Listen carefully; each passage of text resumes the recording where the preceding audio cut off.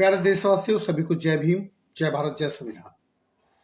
तेलंगाना के मुख्यमंत्री मिस्टर चंद्रशेखर राव ने जो बयान दिया है कि संविधान को बदलने की जरूरत है, इस पर हमको सभी को एकजुट होकर मुंहतोड़ जवाब देना चाहिए। और जवाब हमें ऐसा देना चाहिए कि इनकी व्यवस्था को जब तक हम जड़ से उखाड़ नहीं फेंकेंगे, तब तक ये लोग संविधान के विरोध में बयानबाजी करते रहेंगे। संविधान को बदलने की जरूरत नहीं है, इनको देश से भगाने की जरूरत है। हालांकि हमारा जो देश का संविधान है वो इसकी इजाजत हमको नहीं देता है। हम संविधान से बंधे हुए हैं, तो इसलिए हम समता, स्वतंत्रता, बंधुता, न्याय चाहते हैं। हम राष्ट्र की एकता और अखंडता चाहते हैं। हम सामाजिक, आर्थिक और राजनीतिक न्याय चाहते हैं। हम प्रतिष्ठा, अवसर की समता चाहते हैं। हम इंसान चाहते हैं। हम सेक्युलरिज्म चाहते हैं।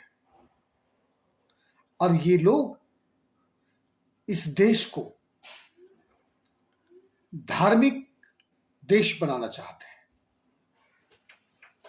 जब बाबा साहब अम्बेडकर ने लिखा India that is Bharat, India call them Bharat, India वो जिसे भारत कहते हैं, तो बाबा साहब का विरोध किया लोगों ने। लोगों ने कहा कि हिंदुस्तान लिखिए। तो बाबा साहब ने 17 घंटे बहस की थी, और 17 घंटे बहस में उन्होंने ये बताया था कि भारत लिखना क्यों अनिवार्य है। ये केवल हिंदू का देश नहीं है, ये हम सब का देश है। ये मेरा देश है, तुम्हारा देश है, और हम सब का देश है। इस देश को सींचने में, इस देश का सृजन करने में सभी धर्म और जाति के लोगों ने योगदान दिया है। यहां तक कि ब्राह्मणों ने भी इस देश को का सृजन करने में योगदान दिया है। और मानवता को आगे बढ़ाने में हर धर्म जाति से लोग निकल के आए हैं। हमें ऐसा ही नहीं मान लेना चाहिए कि उस जाति के लोग खराब है या उस धर्म के लोग खराब है। ये तो निकम्मे लोग हैं। ये किसी जाति, किसी धर्म के सगे नहीं है। चंद्रशेखर राव जैसे लोग, ये ब्राह्मणों के भी सगे नहीं है। ये आरएसएस के भी सगे नहीं है।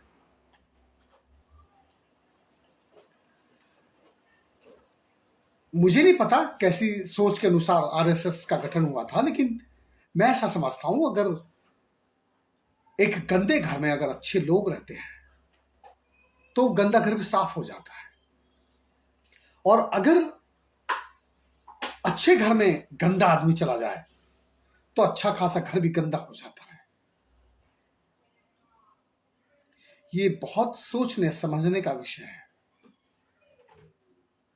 वो ताकत लगाएं संविधान बदलने के लिए, और हमको ताकत लगानी चाहिए संविधान का संरक्षण करने के लिए, संविधान की सुरक्षा करने के लिए।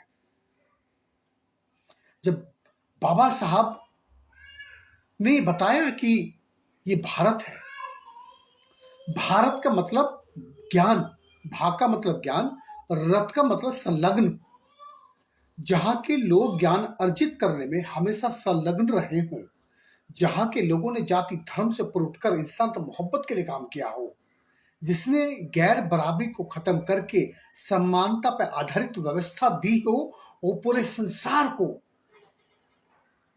मानवता दी हो। पूरे संसार का विकास भारत से हुआ, ये मैं नहीं, पूरे संसार के लोग कहते हैं। लेकिन आज हम कहां खड़े हैं? आज हमें ज्ञान की जरूरत पड़ती है तो हम विदेशों से लेते हैं। इन निकम्मे, भ्रष्ट, इन भड़वे लोगों के की वजह से ही यहां इंसानियत शर्मसार हुई, इंसान का कत्ल हुआ। न जाने कितने लाखों लोग मार दिए गए, काट दिए गए। धार्मिक कर्म कांडों का के सहारे से जागरूक लोगों के सर कलम कर दिए गए। संबुक ऋषि उसी का एक उदाहरण है। ताजा उदाहरण 5 साल पहले महाराष्ट्र में दाब हुलकर उसका एक उदाहरण है। ऐसे कितने लोग, लाखों लोगों को जिंदा जमीन में गाड़ देगा, पेट्रोल छिड़क के मार दिया गया इन निकम्मे लोगों की वजह से।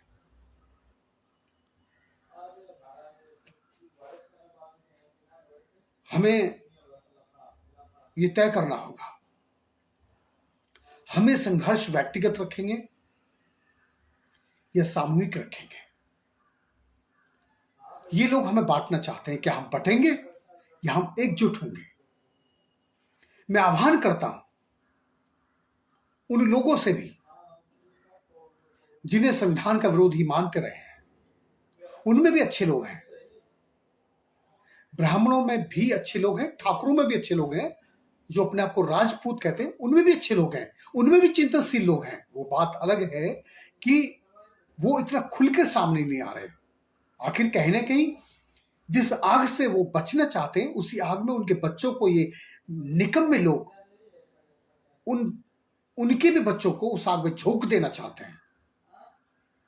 जो बच्चे देश के सृजन में, इंसान तो मोहब्बत में अपना योगदान दे सकते हैं, देना चाहते हैं, लेकिन उनकी भी राह ये लोग बदल देना चाहते हैं, जैसे इन्होंने गुरु गोविंद सिंह की राह को बदल दिया गया था। गुरु गोविंद सिंह इंसानियत के लिए लड़ रहे थे, मोहब्बत के लिए लड़ रहे थे, लेकिन उनका संघर्ष इन निकम्मे लोगों ने बदल दिया, मुसलमानों के खिलाफ ही उनको कर दिया, क्योंकि उनको वर्चस्व बढ़ रहा था। वो पूरे संसार में स्थापित हो सकते थे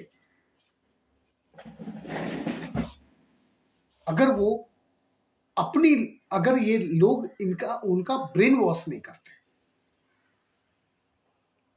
तो प्लीज ये चंद्रशेखर राव जैसे निकम्मे, भ्रष्ट लोग, खाना बदोश लोग ये देश को बांटकर अपनी हुकूमत करना चाहते हैं। ये सत्ता के लालची कुत्ते हैं, ये किसी के सगे नहीं है। आपके सामने एक एक उदाहरण है। गौतम बुद्ध के शिष्य 5 ब्राह्मण ही तो थे, उसी समाज के लोग थे जो समाज इंसान का विरोध करता रहा था। बाबा साहब के 4 सहयोगी, भदंत आनंद, कौशलानंद, भंते धम्मकीर्ति, चंद्रमणि, ये पूर्व के ब्राह्मण ही थे जो भंते बन गए थे। हम ये क्यों मान लेते हैं कि उनमें से अच्छे लोग नहीं आ सकते? आ सकते हैं। विरोधी ना रहे, वो हमारे संविधान को एक्सेप्ट करें, इंसान को एक्सेप्ट करें, मोहब्बत को एक्सेप्ट करें, तभी तो हमारी मजबूती होगी।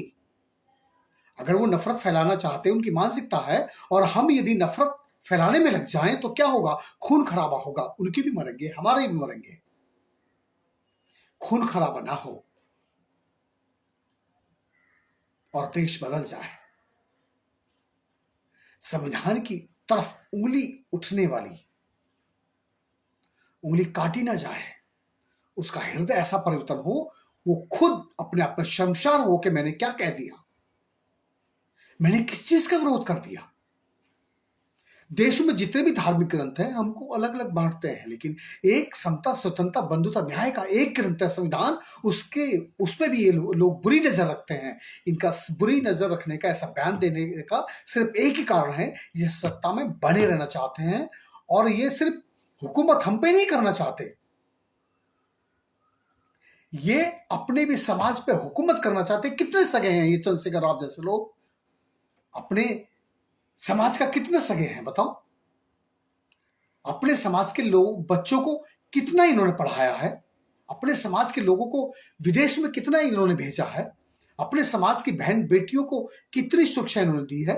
अपने समाज की बहन बेटियों को इन्होंने कितनों की शादियां की हैं? अपने समाज की माओं को अनाथ आश्रम में जाने से कितना रोका इन लोगों ने? ये सगे नहीं हैं, अपने समाज के भी नहीं है, तो देश के कैसे सगे हो सकते हैं? तो प्लीज मैं आपसे दरख्वास्त करता हूं कि हिंसा को रोकिए। ये खूनी क्रांति करना चाहते हैं और खूनी क्रांति के बल पर, क्योंकि सारा सिस्टम इनके हाथ में है, खून बहेगा तो जरूर, लेकिन हमारा ज्यादा बह जाएगा, हमारे लोग ज्यादा मारे जाएंगे। हम कहीं नहीं है। इनके घर में हथियार भी है, बंदूक भी है, सिस्टम में भी है, व्यवस्था में, हर जगह ये लोग बैठे हैं, शासन प्रशासन में, जुडिशरी में, संवैधानिक सारे पदों पे यही लोग बैठे हैं। इनके पास सब कुछ है, हमारे पास तो चाकू भी नहीं मिलेगा हमारे घरों में। और खूनी क्रांति को रोका जा सकता है वैचारिक क्रांति से। तो प्लीज कोई भी ऐसी टिप्पणी करने से बचिए जिससे आप विरोधियों को अपना दुश्मन बना लें। विरोधी ना रहे, यही अम्बेडकरवाद है, यही बुद्धिज्म है। सामने वाले का हृदय परिवर्तन हो, ये बुद्धिज्म है। कोशिश कीजिए, लेकिन जब सर से पानी ऊपर जाएगा तो मैं भी नहीं रहूंगा।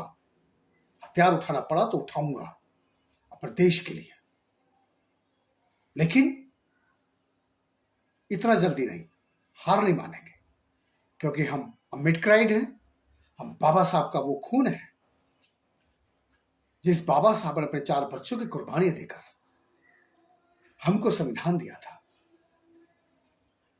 हमें और कुर्बानियां अगर देनी होगी तो हम देंगे, लेकिन संविधान की तरफ उंगली उठने वाली को हम रोकने का प्रयास करेंगे। और नहीं रोकी उंगली, अगर नहीं माने लोग, तो फिर हम भी मरने मारने पा जाएंगे। होगा सो देखा जाएगा। इसी आशा विश्वास के साथ जय भीम, जय भारत, जय संविधान।